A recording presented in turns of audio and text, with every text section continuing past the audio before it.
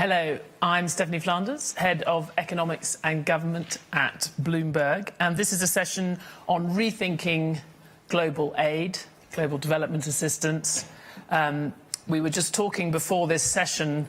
I've been to probably too many of these World Economic Forums, but it feels that this year the problems of the world are less evident in the promenade and in the shop fronts and in the events, but certainly the underdevelopment of the world, the challenges for the poorest, for people in crisis, emergency situations in Sudan, in Gaza, they certainly haven't gone away.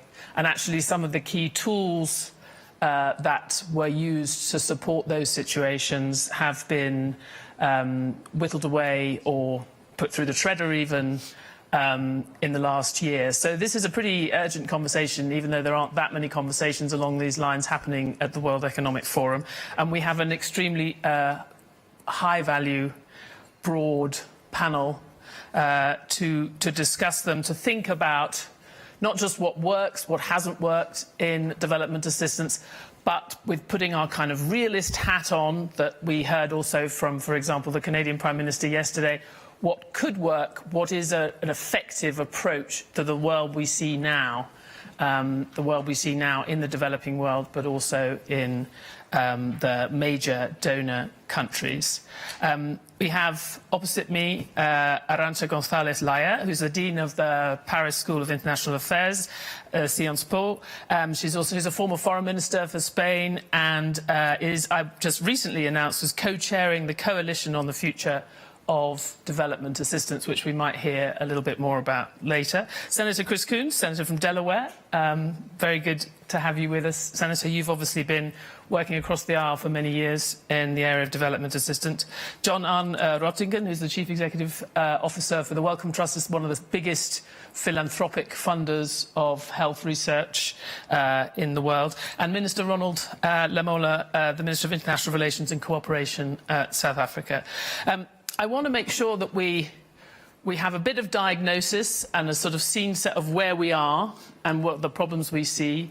But I hope we can spend at least half of this session hearing from you and perhaps some of the people. I'm looking around the audience. We've almost got a full panel sitting in the audience as well, hearing from you on the way forward, on solutions. But Minister, as South Africa is both a recipient in some areas of development assistance, but also one of the strongest economies in sub-Saharan Africa.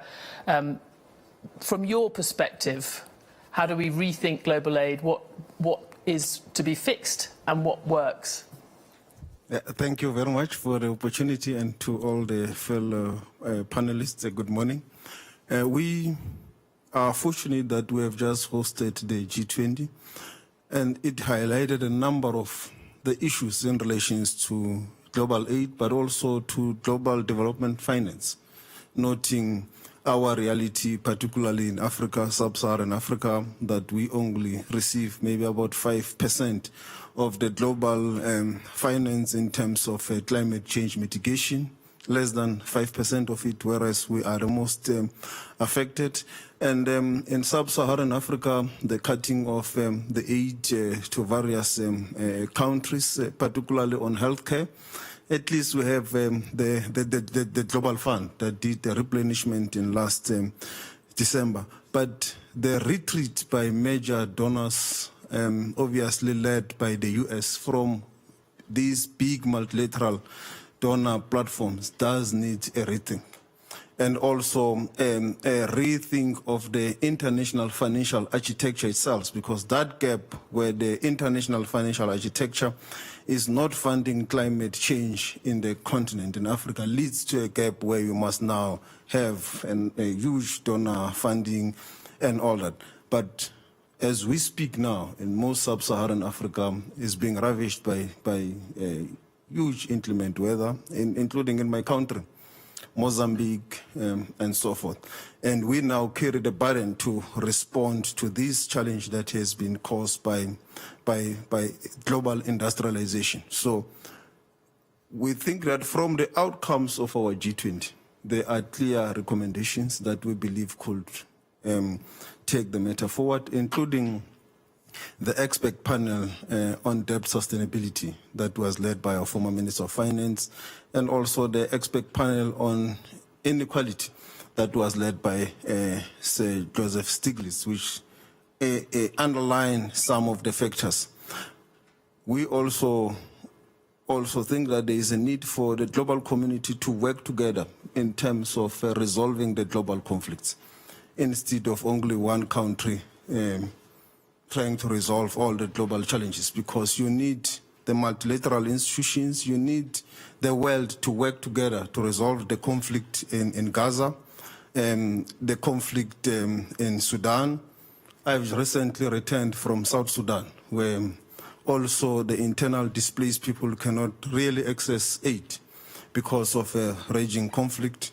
The Eastern DRC, I know the world believes that the conflict is no longer there, but as we are seated here, the villagers are being displaced.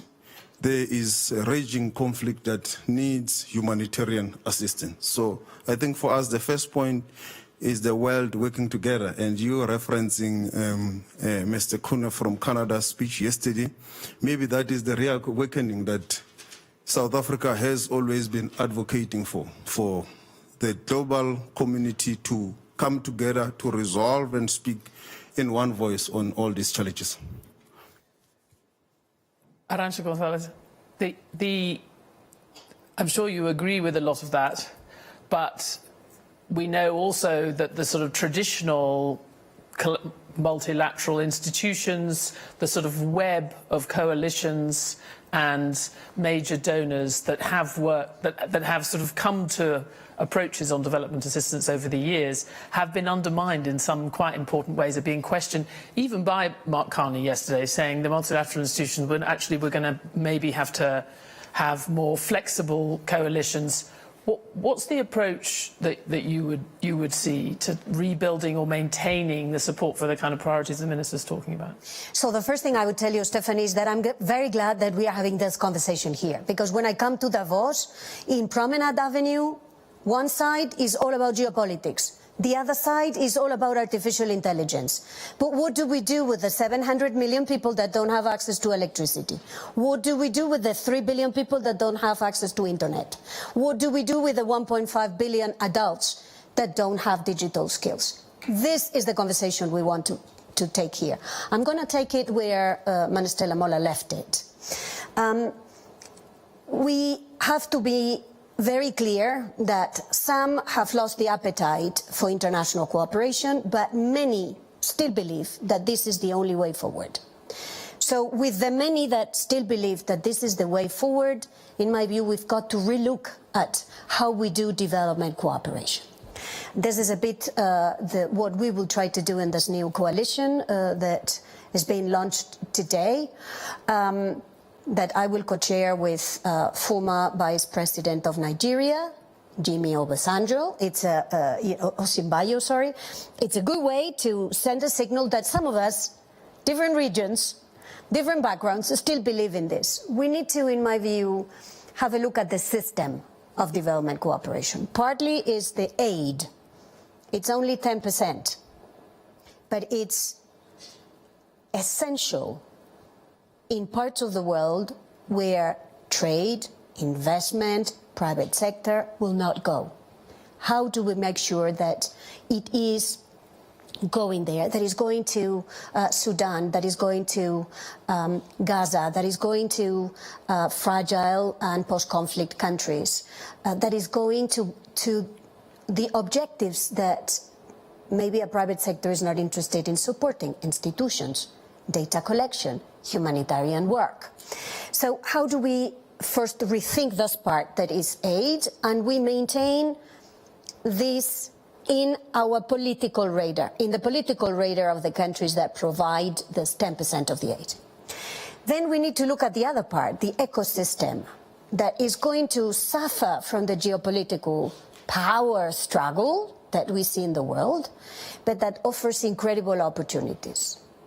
Starting with the artificial intelligence, deploying this in Africa, is not only going to be very important for Africa's healthcare, for Africa's small and medium enterprises, for the education system, for governments to better administer themselves, but it's also a huge opportunity for the businesses that are operating in this space. So how do we build together a narrative that this is win-win, that this is not zero-sum game like geopolitics are? This, Stephanie, is in my view, how we have to put these two pieces together. The aid piece, essential because for many this is the only answer, with the wider ecosystem that has to help in climate, in artificial intelligence, in productivity, in competitiveness, and at the end of the day, in growth and jobs, in more inclusive economies. Senator Coons, I mean, the mention of this is not a the approach of this is not a zero-sum game. We have quite a zero-sum oriented administration at the moment, and seemingly Congress. I know you're someone who's thinking about this, how we could marry the kind of approach that Arancha is talking about with the much more transactionalist approach. And I would say, I worked in the second Clinton administration and spent a bit of time trying to work on things like IDA replenishment back then. And it was a tough sell then. It's always been a tough sell. And there has always been a transactionalism in these arguments with the US, more than other places, potentially. So what does something coming out of this, try not really focusing on the White House, but in Congress, public opinion, what does a sustainable coalition for development assistance look like? So a few minutes, if I could, on things are better than we all know and believe, and we can and should be proud of what has been accomplished together, what has just happened politically, what its consequences are, and where we are headed. So USAID, the American Development Agency, for 50 years was a sort of flagship organization that often drove partnership, investment, development in lots and lots of different areas. And it made huge impact. 90 million lives directly saved by funding and partnerships over that period of time. Probably one of the most signature and well-known in the United States initiatives was PEPFAR to fight HIV/AIDS. About 26 million lives saved through that effort. A global, multilateral effort of real partnership. Americans are proud of this, and they know about this. Then take something that's less known because it's more diffuse. How many people went from having no clean drinkable water to having clean drinkable water, mostly in Africa?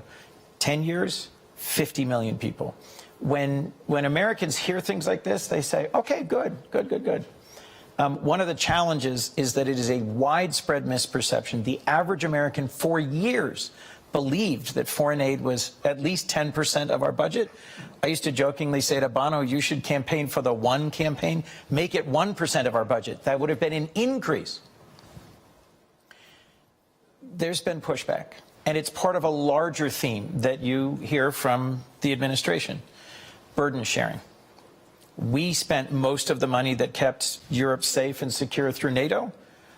Europe has stepped up dramatically and is taking responsibility for funding. This year, the United States will still be the world's largest humanitarian and development assistance donor. But the visible destruction of AID, Elon Musk saying that it is compassion that is the great weakness of the West, the speed and the strength and the cruelty and the senselessness with which whole organizations and partnerships were just burned, storehouses of medicines and food just abandoned, has created the mistaken impression that the United States has walked away. Next week, we will finish passing in Congress and the president will sign $50 billion in the funding area where in the last Congress I wrote that bill that was AID and state. It's only a few billion different. So PEPFAR is still funded. We are still engaged in humanitarian relief. We are still engaged in development assistance. It has taken a huge divot. Our reputation as a trustworthy partner has taken an enormous loss. But I think as we look forward towards rebuilding, a few simple facts, 80% of Americans believe that we should be doing humanitarian relief in response to hunger, drought, disasters, pandemics. 60% of Americans think we should be spending on democracy, on rule of law, on sustainability. It is supported by a majority of Americans with frankly, lies. A campaign to take down AID quickly succeeded, but it misrepresented what we were doing. It played on the fact that most Americans thought there was some waste and it wasn't well aligned with their values. There is a determined bipartisan group of us in Congress and in our NGO community and in our private sector that now are looking at how do you rebuild it and how do you make it sustainable, fit for purpose for the long term. Years ago, I remember being in South Africa talking to the health minister about country ownership and transition of PEPFAR from principally US-led to principally South African-led.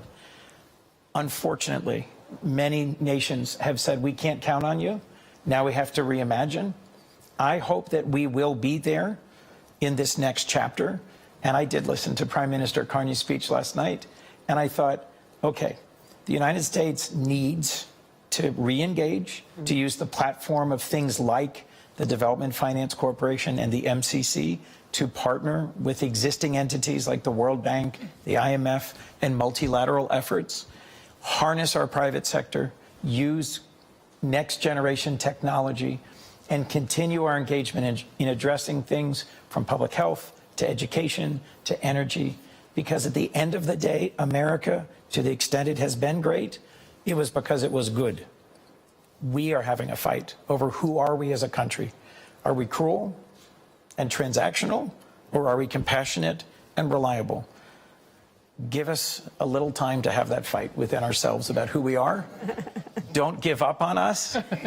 We will be back. All right, we'll see how long. John-Arne, Røttingen, I mean, there's a lot there, and I suspect you would just sort of want to respond to some of the things that have been said. But I think, you know, as you are representing the sort of the private, the philanthropic model, and particularly, I think, global health, you know, probably one of the things that would be most popular, even, well, I suspect not Elon Musk, but maybe people a bit closer to Elon Musk would say, yes, you know, whether it's the Gates Foundation or Wellcome Trust, goals-oriented private sector approach to public goods provision like health, that's the way to go. What are the pros and cons of leaning more on that approach? I think first we need to really celebrate that global health aid has been a success, and Bill Gates said the same this morning. Under 5 years, child mortality has more than halved since 2000, and we have seen reductions in the big infectious diseases, longer life expectancy, more than 10 years in many sub-Saharan African countries. And some of that, not all, definitely, but some of that has really been supported by aid. But the situation is dire, and I think the pandemic really illustrated that, yes, we have achieved these very specific outcomes, but we don't have health systems and capabilities and general population health at the level we want. And in particular in Africa, they also saw the lack of their own industry, the lack of manufacturing capabilities, medicines, vaccines, diagnostics, is also a part of a development system when it comes to health. So I think we saw more than or almost $10 billion reductions in health aid only just last year. We know that the Global Fund and Gavi have almost 10 billion gaps in their pledges last year. We know that expectations, hopefully with some corrections maybe, is that health aid will probably be reduced by 30 to 40% as a new steady state. So the combination of the system not fully delivering what country needs and the fact that it will be smaller in size means that we need to work very differently. So yes, as Arnold Schwarzenegger said as well, we will be back. I'm glad, but we need to be back differently. And Wellcome has hosted 5 regional dialogues on the global health ecosystem, participants from more than 114 countries, and a very strong consensus. One of the strong consensus is really about we need to really work with countries differently. We cannot have single-minded individual vertical programs delivering on only one specific outcome and do that in parallel, creating a lot of transaction costs, creating a lot of monitoring costs. We need an integrated approach. We need to consolidate the global health financing system in a way that puts countries in leadership positions. They need to decide their priorities, and they need to design the way this can best be delivered, because we need integrated primary healthcare systems. That was what's shown by the pandemic. We cannot only focus on single interventions. And that's almost going against what you said, because a lot of the improvement that has been delivered is through scaling up of science-based solutions, vaccines, diagnostics and medicines. So we will continue doing that. We just need to do it in a different way. I'm interested, Minister, Mr. Røttingen actually threw in, he was talking about needing a more systemic approach across all of policy, health systems rather than particular health goals. But then he also mentioned ownership. And that is obviously a challenge. The more that the development assistance is oriented towards the whole swathe of policy making, the way that government institutions work, there can be a feeling of loss of ownership. So how do you think, I mean, as someone who sees both sides of this, looking at your neighbouring countries, but also in South Africa? Yeah, we I don't know whether it's still on.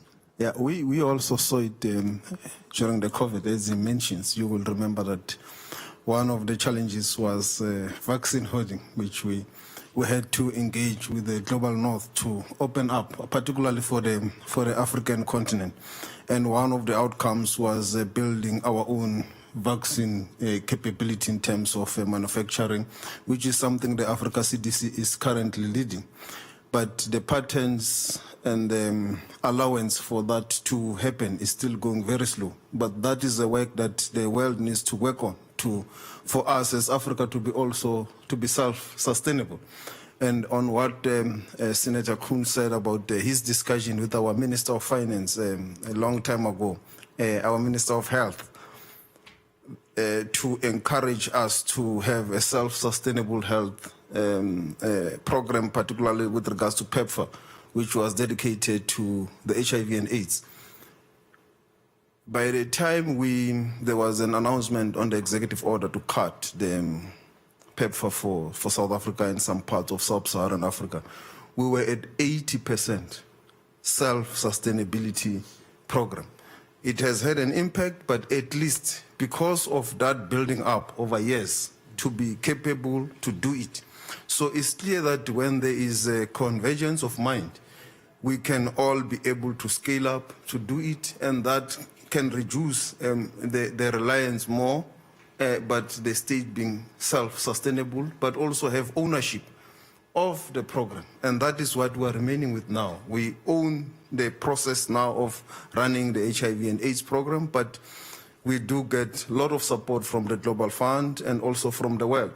But at least it is driven from our own fiscal capabilities. So I think there is a space and room to build on that. And the African continent says, come in, partner with us to build in this aspect, particularly on the manufacturing in the continent, because we do have the capabilities. Some of the world-class universities that have been leading in research in this space is to enable them to do it, to be able to support the manufacturing in the continent on the vaccines and also on new developments in the research and the medical and healthcare space.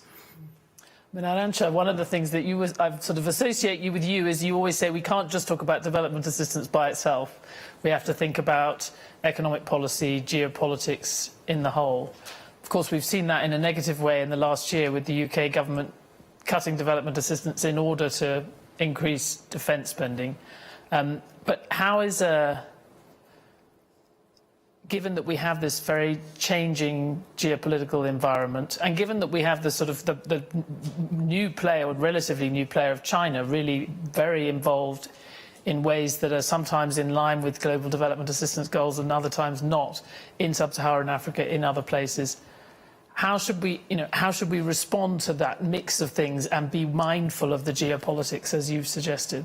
So let me start by maybe using different words. I think instead of talking about development assistance, maybe we should talk about cooperating for development, because it gives a better picture, a better image of what we are trying to do.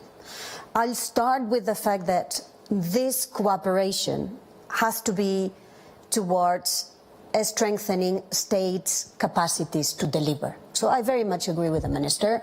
There are many states that today are perfectly capable of delivering for their citizens, but there is a problem of financing. And there is a problem of financing also because we have very highly indebted economies. So we also have to look at this piece of the jigsaw. So first is let's put the center of our efforts into strengthening state capacity to deliver. And I'm saying this, I also know that there are many places where state is very, very, very small and in some cases even absent. But the bulk can be done through states.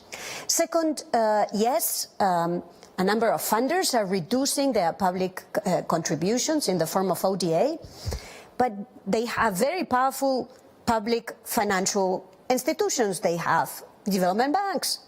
Let's make sure that they are ready to take more risks. It's good to have AAA rating, or maybe it's even better to make sure that you triple the amount of capital that you can deploy on the ground. So this is, another way to look at how to get financing. Number three, we have a lot of private sector interested in supporting development on the ground. We just heard vaccine production is a good example. Some of this private sector would be more comfortable if there were de-risking instruments. We talk a lot about this private sector. I think it's very small compared to the potential. Let's deploy all these risk instruments that can help de-risk their going into markets to help build the capacity. By the way, lots of these countries have lots of private sector actors too. So it's not that this very, very far away private sector very often is locally. And the fourth thing I would say, Stephanie, is going a bit to what Senator Coons was saying. It probably is less about counting how much money we put and counting much more and much better the impact that this financing is having on the ground. That's probably a better way to appetize more actors to be part of this effort at financing and cooperation. I mean, Senator, it strikes me that a few years ago, a lot more of this conversation would have been about economic growth, building the capability within countries from successful growth strategies. And it's not like that challenge has gone away. I mean, and in sub-Saharan Africa, potentially a lost decade post-COVID, and in the years past the global financial crisis. And yet, the efforts that are being taken in that regard are also negative in terms of, the Africa Growth and Opportunity Act is now been sort of undermined by some of the trade moves. You're going to tell me that behind the scenes it's all fine, but it strikes me that whole piece of the conversation is missing in a world where actually we're talking about putting up barriers, fortresses. So the focus on more trade than aid, reducing the amount of direct development assistance grants, and instead increasing the amount of development and transactions is right in that what I've heard from a majority of African governments, heads of state, after the collapse or the shuttering of USAID was AGOA first, assistance second. It was just reauthorized for 3 years in the House of Representatives. I think it will happen next week in the United States Senate. So yes, I'm going to tell you it's not all awful. How is that consistent with the tariffs? Are they just not being... But we have a president who is, I think, wildly, inappropriately, and unconstitutionally using a tariff power to do things that are dramatically outside what our Constitution allows. We will see whether our Supreme Court agrees with me or not fairly soon. Part of what is making this moment over Greenland so painful is that he's using tariffs as a threat against NATO allies to break apart the US-EU and the US-NATO relationship. So you're absolutely right. This is a moment where that is urgent. Unfortunately, he has succeeded in derailing or distracting most of Davos to talk about Greenland and Denmark and tariffs and coercion, rather than what is genuinely urgent, which is the humanitarian crises of Sudan and Gaza, the urgency of delivering electricity and water and healthcare, of preventing the next pandemic. A quick story. In the first Trump administration, He signed into law the BUILD Act. A bipartisan group of us had been working for several years to take OPIC, our small, cautious, great rating, but no boldness in investment, and turn it into the Development Finance Corporation, which today has significant capacity, is fully funded, is getting a significant increase this year, and is the vehicle towards our approach, I think, to development finance. Take the Millennium Challenge Compact, or MCC, a roughly $1 billion U.S. program that does multi-year commitments in partnership with developing countries and meets their development goals, and it is implemented by their citizens and their governments.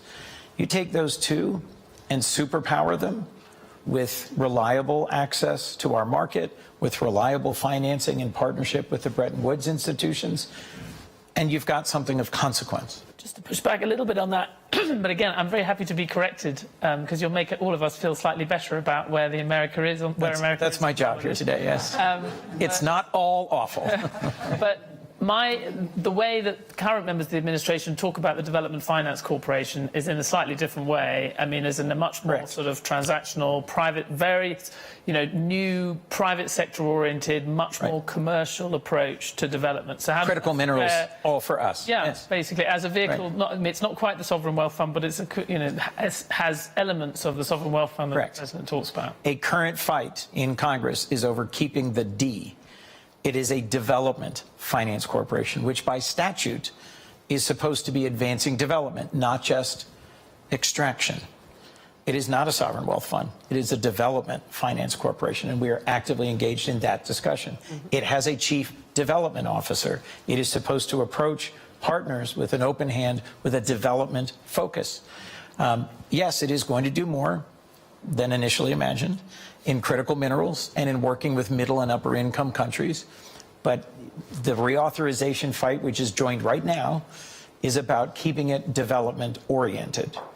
And as we reimagine the architecture of all that the United States does in public health and public institutions, and recognizing that public-private partnerships are politically sustainable is valuable. Senator Graham and I worked for years to create the U.S. Foundation for International Conservation.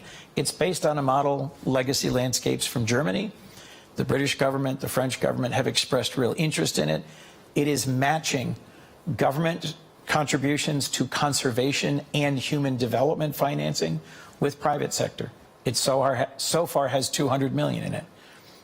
Getting it launched and making it viable in the face of a distracting administration is going to be a persistent challenge. But it had 100 co-sponsors in the Congress, equally divided Democrats, Republicans. It exists, there is the money, it will move forward. You've never heard of it. But it's a model that is public-private and that says it is going to be in partnership with the countries of Africa, not we fund it indefinitely and no one knows we ever did it and we get no credit for it. That is the critique of USAID that I think we can lean into, embrace, and still make real progress. We're going to get on to questions in a minute, but I am interested. I mean, you were in a unique position in some ways, certainly in terms of on this panel. I'm sure that you're not sort of rewriting Welcome Zone sort of strategy, day to day.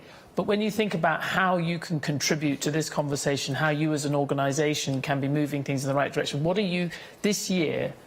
How do you think you can work towards some of the goals that we're talking about most effectively? So I am just maybe briefly follow up on the discussion on sort of moving more towards investments, private sector. I think that is sound across a lot of development, but at the same time I am concerned about the human capital, the human development element of it, because the returns are great, but they are very long term. And how do you make that work in the system? And that's why I think we still would need very concessional support, in particular for the least developed countries on this. And then I think more specifically on your question, what can we as philanthropy do? We can make sure to invest in global public goods together with industry, together with governments. That makes it easier for governments to really deliver health impact. We are now, together with the Gates Foundation, investing in the largest vaccine trial on TB. South Africa is a major country where that recruitment has happened, 20,000 people included. We will get the results hopefully in 2 years from now. And most likely, at least I'm hopeful, that will be the first TB vaccine on the market in 100 years. And TB is still the biggest infectious disease killer internationally. And still, it's not a sufficient commercial incentive to do so. So that illustrates where there are market failures, philanthropy can step in and partnership. Another example, we see increasing emergence of malaria resistance. Malaria is still killing children, and we need to do something about that. Yes, but we have done something about it. Different collaborations, private, public, Novartis, the Medicines Malaria Venture, Wellcome contributing in early years. The first new malaria medicines were proven to be at level of current medication and can now enter the market in the coming years. And those sort of innovations are needed, and we need to collaborate with private sector, but the private sector will not do it on their own. So we are doubling down on understanding where we can make a difference, but we need partnerships. We need partnership with governments, we need partnership with industry. Okay, I want to give a bit of time, and if you also could say who you are when you ask questions. You first, and then we'll go to you. Yeah. My name's Trevor Manuel. I'm from South Africa. I want to go back to what Prime Minister Mark Carney said last night, and I want to confirm the sense that the world that we've known, that organically developed post-World War II, is dead. And it's fundamentally important that we take a view on development aid and development partnerships looking forward. And that, I think, is a big challenge. Because, you know, as good as the DFC and the Millennium Challenge account may appear, it has to be done on the terms of the US administration. It destroys democracy everywhere. That's a problem I had as Minister of Finance a long time ago when the MCA was set up. It was on the terms of the United States. Now, this hegemonic approach will undermine everything that society had worked for and arrived at. That's a big, big challenge, and we can't take that out. The second point I'd like to make is that it's very hard to compartmentalize what's happening in the lives of people, because that has to be the measure. In Africa, 95% of our agriculture is rain-fed. So we have no control over the primary sources of input into agriculture, the primary sources of livelihood. You know, there are about over 80% of Africans who are day wage earners. So there's no social security. Those kinds of dreams are out there in the future. But this is the reality, and you know, Arancha was trying to explain what happens on the two sides of the road, the promenade here, and unless we take account of this, I think we miss the point entirely. Can we behave as we have in a world that isn't the world that we've known? Thank you. We'll just go here, and then... Very good point.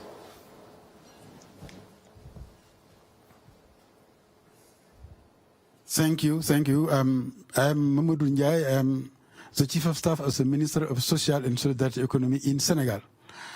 I'm here to explain, especially to philanthropic institutions, what Senegal has done to make aid more impactful by basing it on a system founded on the social and solidarity economy. With minimal funding, it is enough to help communities become self-reliant, enabling them to manage their own health and education needs with the income generated by their economic activities. This form of support allows the donor to intervene once in an area and then no longer need to provide funding. This year, 2026, is declared by our President as the Year of Social and Solidarity Economy.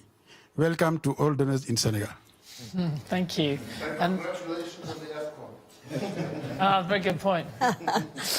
Don't want to introduce another level of controversy. And Thank you, everyone. My name is Alyssa Milan. I'm a journalist at DevX. I just had a question for Senator Coons, not, as Stephanie said, to kind of push on your optimism, but I'm just curious about, you had a lot of hope for the bill that you mentioned, and I'm just curious, even if it does get passed and the president signs it into law, what is your thought on the threat of more rescinded funds, and how are you kind of looking at that in the congressional level? Sure.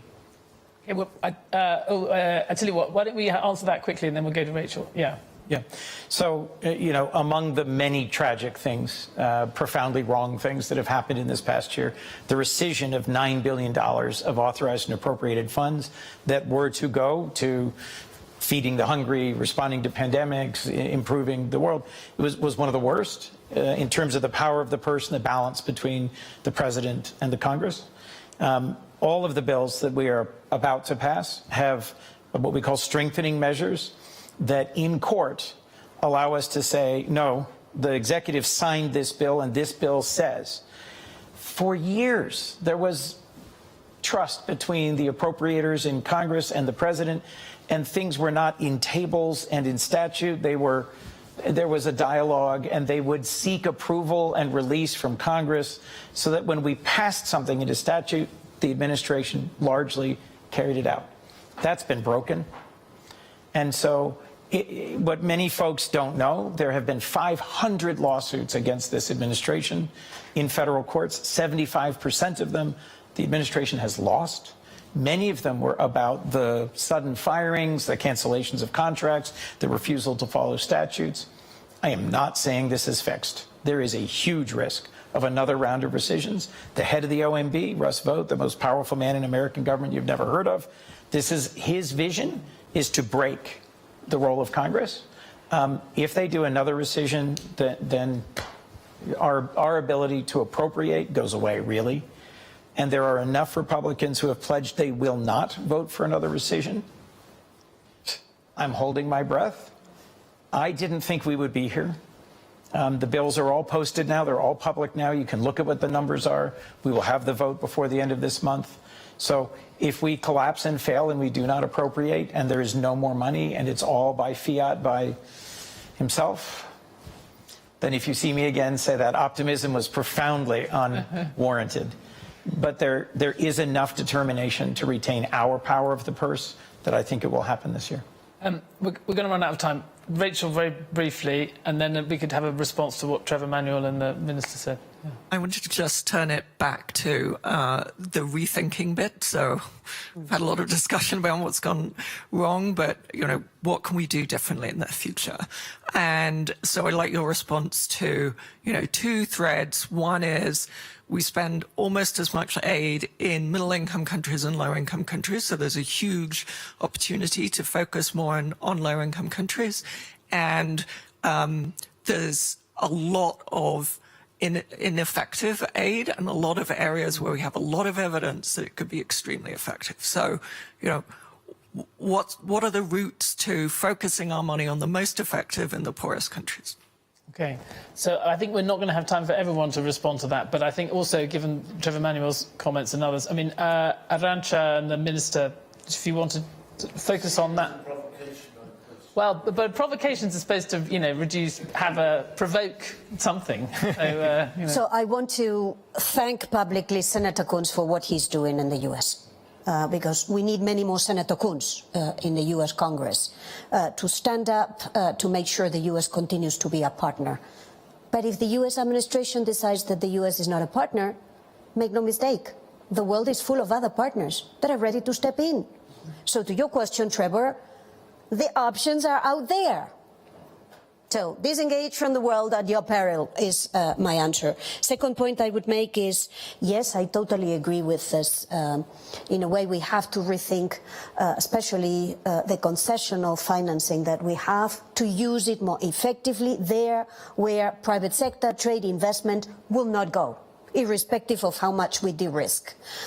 And the second piece we need is to be ruthless about results and impact, and have shared matrix for how we are going to measure this and concentrate our efforts in those that are good at getting results. Because at the end of the day, with less, we are going to have to be much better at producing positive results.